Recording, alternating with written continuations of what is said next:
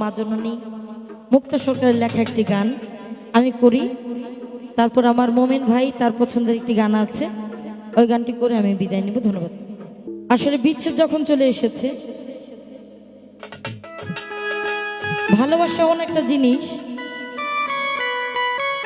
তার মতো শান্তির জায়গা কোথাও নেই, আবার তার মতো যন্ত্রণার জায়গা আর কোথাও নাই।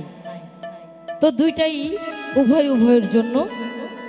তো আমি আমার মন থেকে গানটি রাখি। ধন্যবাদ। ওরে পাগল মা নাইরে দয়া করলি আমায় দিবানা,